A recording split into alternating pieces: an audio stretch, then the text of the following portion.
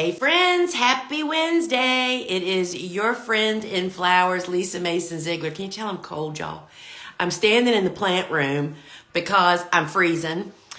So welcome everybody. And if you've never joined us for Ask a Flower Farmer before, this is how it works.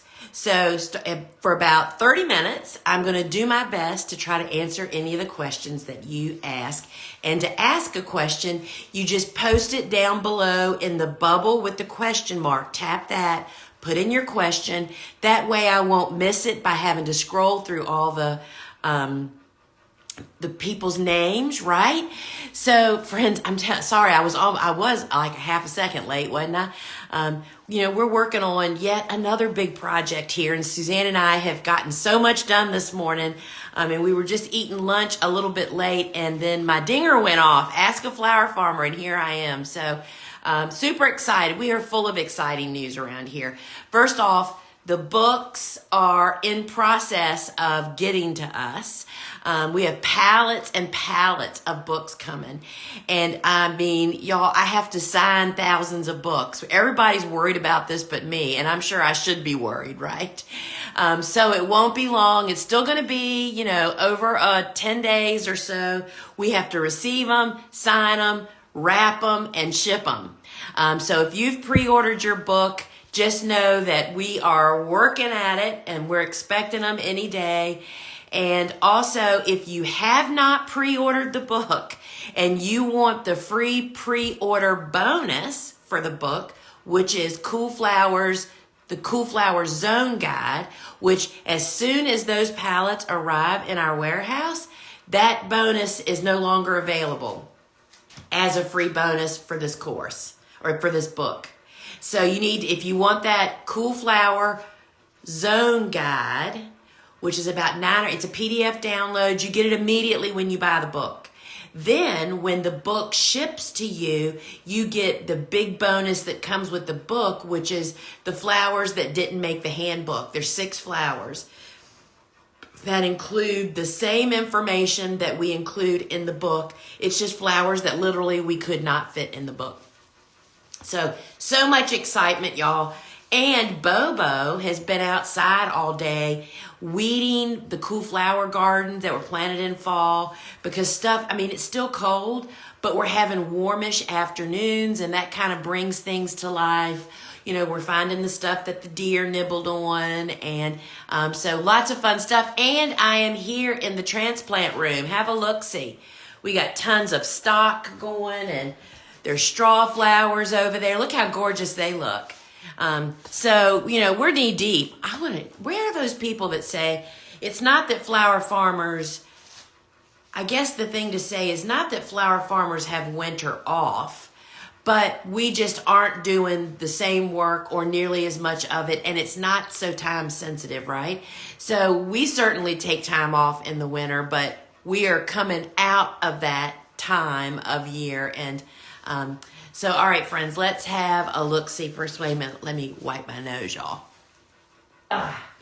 Okay. So it's super warm here in the transplant room. So we are kind of mostly done seed starting our Cool Season Hardy Annuals, a.k.a. Cool Flowers, for that very early spring planting.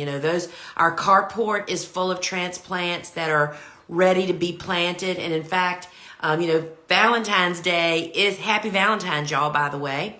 Valentine's is the target date for us for very early spring planting. It's 6 to 8. This is 8 weeks before my last frost day. So the next 2 weeks, we try to get the majority of our Cool Season Hardy Annuals out there, and then we're done.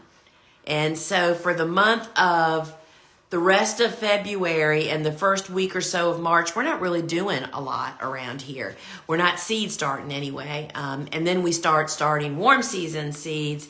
But that's a little bit, Bobo's arranging the calendar and making sure we have the seed and going up to the warehouse and pulling seeds off the same shelves that your seeds come from, right? All right. So let me see what questions we have here. Can you explain how to cut and strip cosmos, please? Cosmos are pretty much the same as the way that I cut all branching annuals, which the central cut, which is the first one, if the plant wasn't pinched, is all the way near ground level, just above 3 to 4 side shoots. And those are what go on to become your, your additional stems. And then we strip everything much harder than what people think and what I see a lot of other people doing. And it's because of relieving the stem of all of that heavy weight to carry that makes our flowers last longer. So typically, in a general sense, and also in the book, the Cut Flower Handbook that we were talking about earlier, my new book that's right on the verge of coming, right? There's diagrams that show you where to make the cut, and then each flower profile tells you the stage to cut, and then any additional harvesting information. But in general, central cut is right above the bottom 3 or 4 side shoots, and then future stems are cut at the base of the stem. And we strip all but about the top 6 inches. We don't leave a lot beyond the flower. So I hope that helps you. All right, so sometimes, all right, there it goes. Sorry, y'all. All right. Are pampas grass worth growing in my 7B zone? Unsure what to do for this client. They want it for this season. I just read that it takes 2 to 3 years to produce. So, first off, I've never grown pampas grass. And secondly, the main reason, or not the main reason, one of the reasons is I believe, but I'm not familiar, I think it's a perennial. And we don't typically grow perennials here on my farm. Our niche is kind of annuals, big bang, low, big return, low investment kind of stuff. And to grow 3 years, that's a big investment.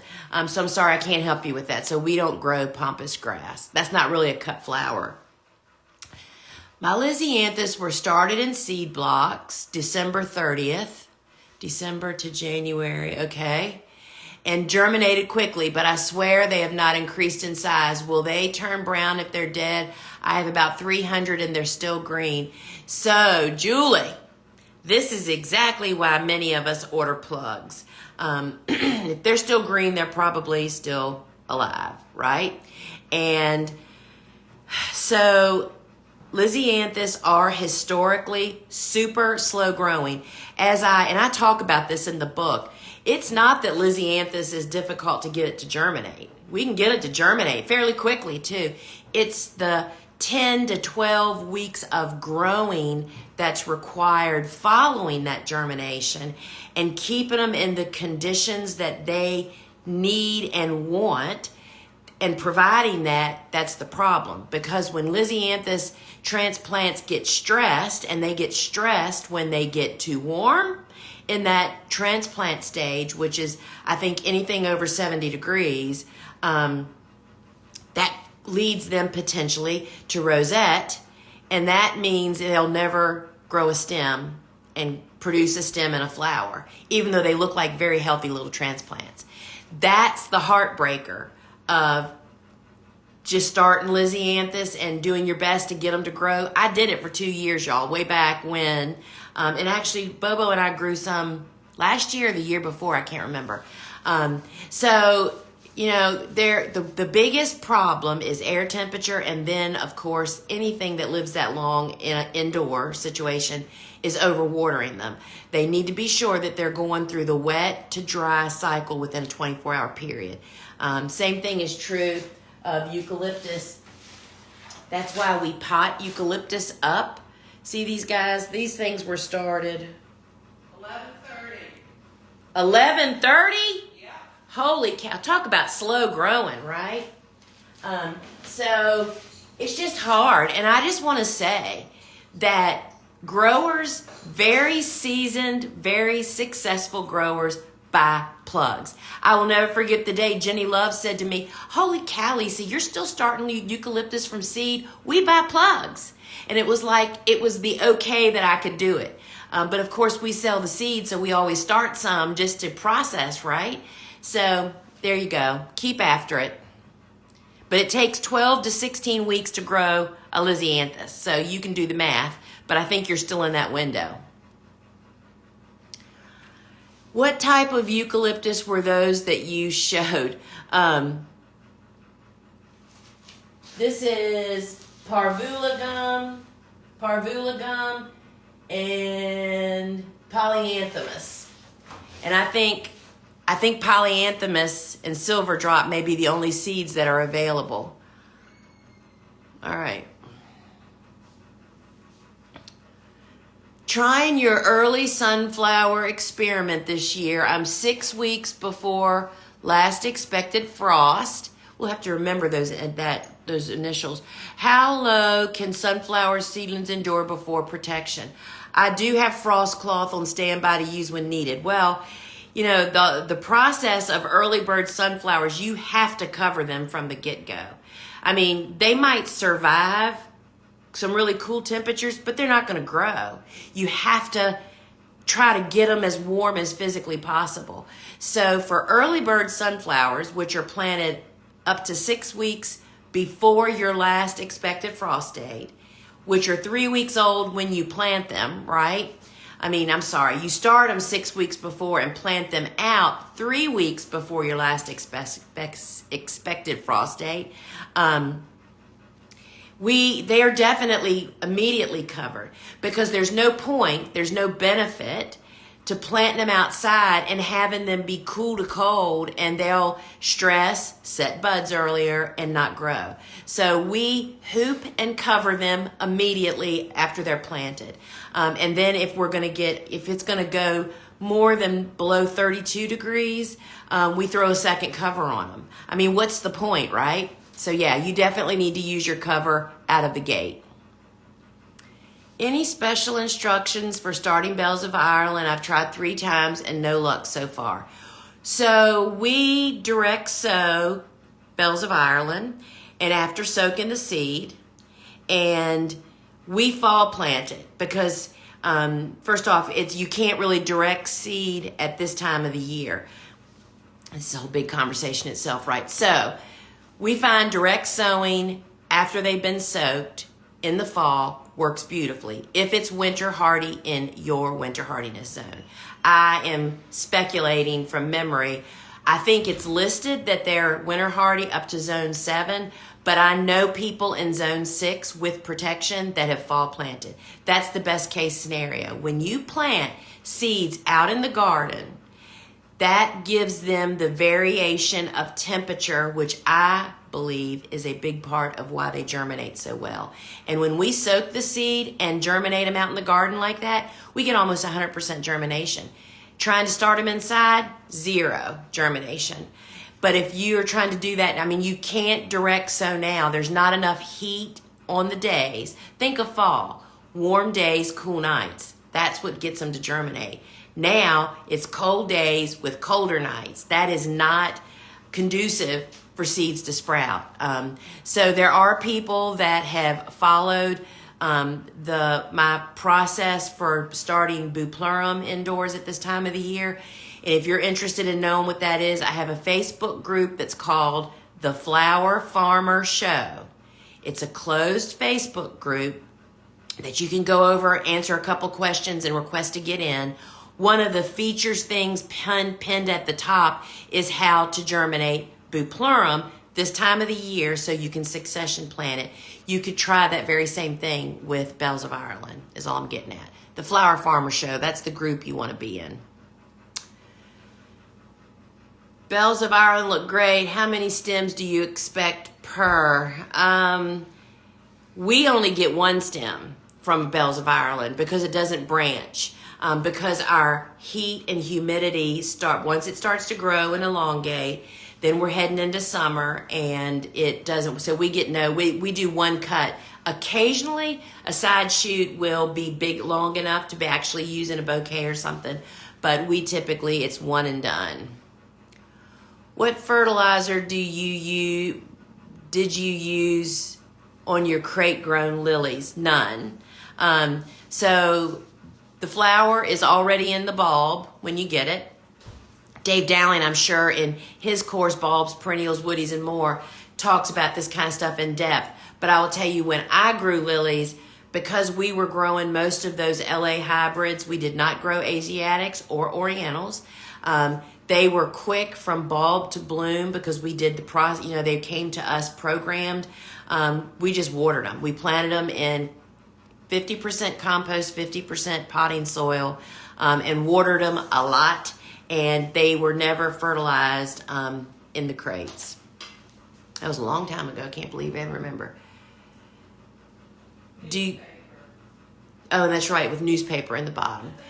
Do you pinch straw flowers before planting out? Straw flowers are definitely a branching annual, and any branching annual has benefit from being pinched. My pinching method, which I also talk about this in the book, is that if I'm going to pinch, I typically only pinch 50% of the crop because I want early branching and early blooming, right? But I don't want to plant you until you've recovered from a pinch, which is 7 to 10 days. And our timing doesn't always work out. So oftentimes, stuff that I think would be a good idea to pinch, it doesn't fit our schedule to pinch it. So it's either pinch and wait 7 to 10 days, then plant them, or plant them, wait 7 to 10 days to get over being planted. Those are both stresses, y'all. And then pinch them. And those things just don't often happen. When you're in big production, when you're growing a lot of flowers, it's amazing how these kind of little things don't even cross your radar. So yes, it would be beneficial, but we don't often get to it. Straw flowers are great branchers, and they get super tall. Pinching also helps to control height on some flowers. Some flowers, I didn't say sunflowers. When will you resume your seed starting Saturday? I don't know. We're working on another project, and I don't know that we're going to be. I've taken Saturdays off is the problem. I now work 5 days a week. Used to be I had a day off during the week and work Saturdays. But now I don't work Saturdays and Sunday. I've never worked Sundays. So I'm working 5 days a week. So at this point in time, the seed starting series that you're talking about is not on my radar to restart anything like that on a regular basis. So yeah, sorry. That was good while it lasted, right? How close should the grow lights be to the tiny Lisianthus seedlings? That definitely depends on your type of lights. And this is a great example. These back here are, I'm trying to figure out those, it's backwards. These are T8 or T12 bulbs. Those are those that don't get hot, but they are warm. And you can see how close to all the transplants that they are. They're right there. Unlike these over here, which are T5, I believe, T5, it's a special kind. They get hotter than blazes. So you see how far away they are? Totally depends on, you need to put your hand up underneath there. And if it's hot, you don't ever want it right close to your babies. The new T5 light that we're selling now, which I absolutely am in love with, we have a 2-foot and a 48-inch, and you can make them tabletop or hanging, and they are so much more cost effective than the old types. They're T5s, and they don't get hot, but we have learned that the higher they are, the broader their band, and we can fit even more plants underneath of them. So it's really beneficial, particularly if you're doing tabletop. So it depends on your light is the short answer to that, Julie. You're stay cool than close.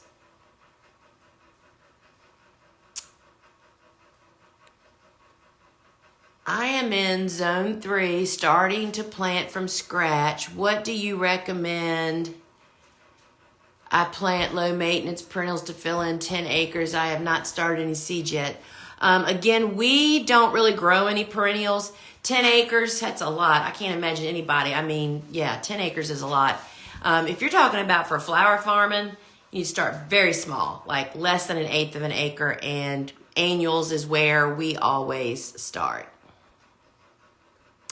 Any of my books, the new book, the Cut Flower Handbook, would be very instrumental. It's everything how Cut Flower Garden works, how to do it, and then what flowers to grow and everything you need to know.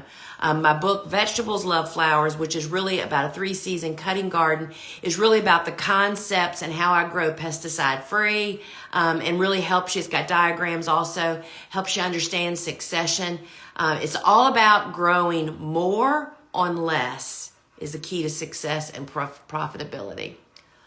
Lights closer than 2.5 inches away from seedlings if they're cool. They don't need to be any closer than 2.5 inches. I mean, that's kind of what these are, right? 2.5 is a good number.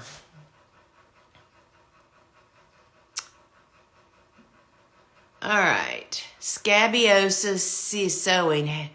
How superficial. Thanks. So are you talking about... I think on the show, we stream a live show on Fridays inside my phone app, which is, you can just find it on your phone's app store, Gardener's Workshop. And you can watch the replays. And I think it was a show 2 weeks ago. We sowed scabieusis and I demonstrated and talked about that. So I would definitely check that out.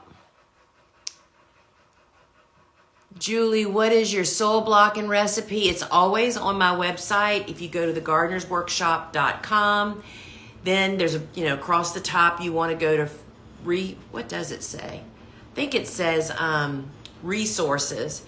And then underneath that resources, a menu drops down and it's all things soil blocking. And that is a page packed full of information. And one of the links on that page, when you scroll down a little bit, is the soil blocking recipe. All right. Having trouble germinating Fire King Scabieusis. Any recommendations? So, so funny you should say that. So stuff happens. The reason that we have restarted, this is stock. And the reason it's more than one. I have every color here that has a tray, looks just like this. We started stock back in January. This was started February 1st, late, because our first starting of all of the stocks had crummy germination. And whenever I have crummy germination, particularly on multiple things, it's like, all right, what did we screw up for that? Definitely was a temperature thing, so we restarted them. Fire King, we started it. I guess it's probably already outside. I don't have any scabby in here. We started and had good germination, but I had crummy germination on the blue. So we restarted the blue. I would say if you have crummy germination, if you're sure you have viable seeds, and that's not a question mark, because I can tell y'all, so many seed failures are because we're starting dead seed, or we're trying to start dead seeds, right? So be sure your seeds are viable. And I would just restart again. Stuff happens. I just can't tell you how often that type of situation happens. And we know that it's environmental. If that's the only seed that you started didn't germinate, then I'd question the seed potentially, but I'd start again before you even think that. We always think it's the seed, and then we just can't figure it out. But sometimes just trashing them and starting over again will tell you the story. If it happens again, then it's like get new seeds, then try, and those things just happen, right?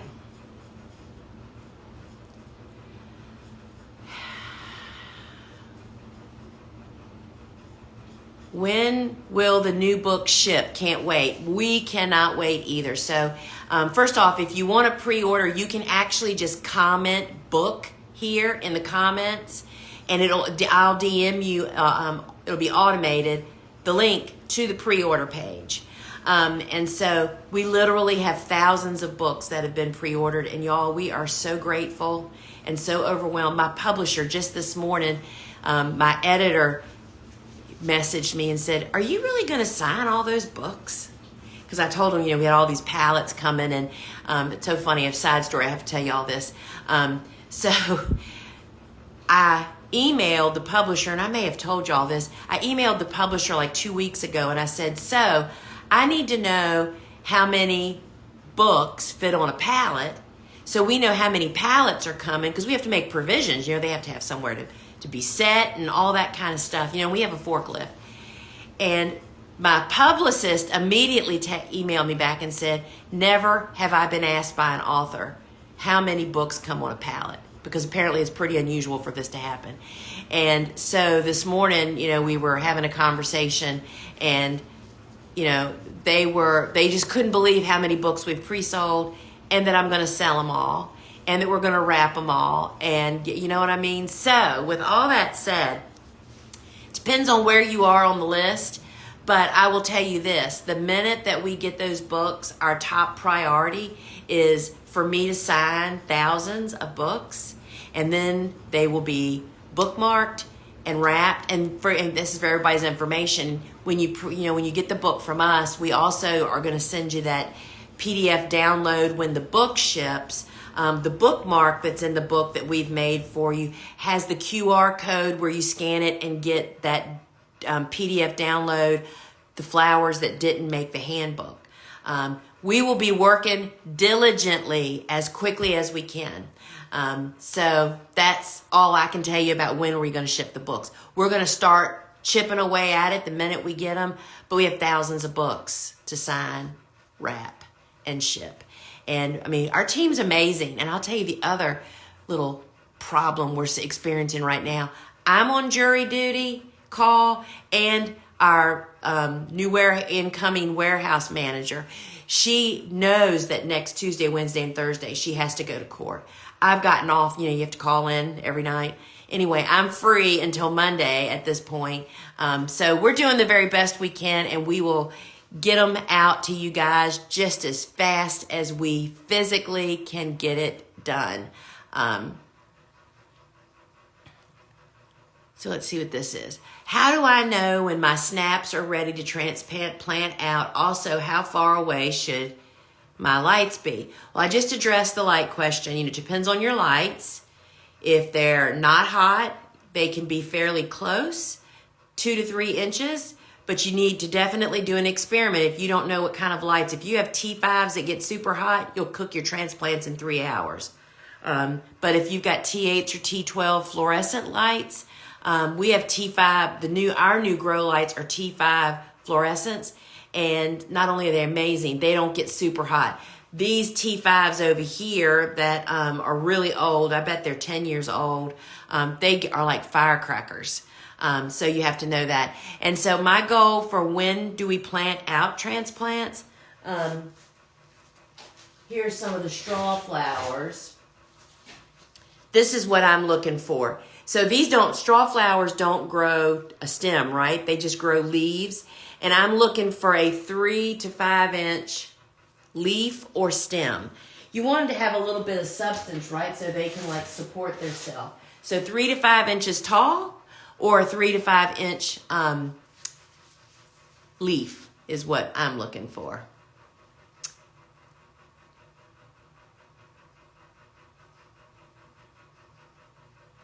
All right, so wait a minute. I didn't hit the right button. I already answered that one. Recommendations for flower farmers that couldn't get flowers planted in high tunnel in fall for overwintering. Not sure when to plant out my current seedlings. So first off, you have to know I do not have any hoop or greenhouses, so I can't really comment on that part. But what a hoop or greenhouse does for you, or a hoop house, is buys you a month earlier, So I don't know where you are and what kind of seedlings you have, but cool season hardy annuals can be planted out 6 to 8 weeks before your last spring frost outdoors. So you could do it even earlier indoors. So there's a lot of variables on that. So I can't ponder a question for that or an answer. Where do you buy your Lizzie plugs from? We always get our plugs normally through Farmer Bailey. That's a lower threshold of different tray sizes. You still should buy, multiple trays.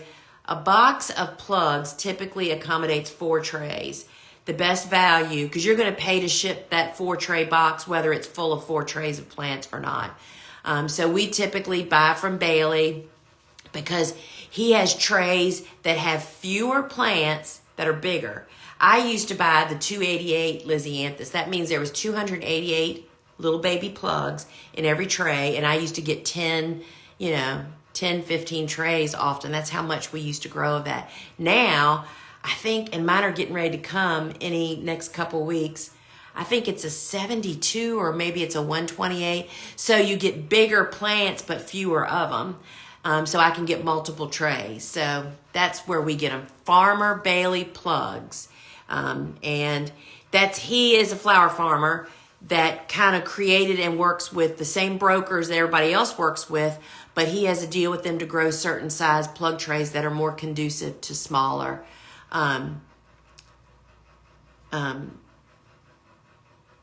smaller quantities, right? Did I miss my answer? How many stems per bells of Ireland, like usable for bouquets? I know I answered it. You must have missed it. I said we only get one bushy stem per plant for us. That's all we count on. So I just answered that.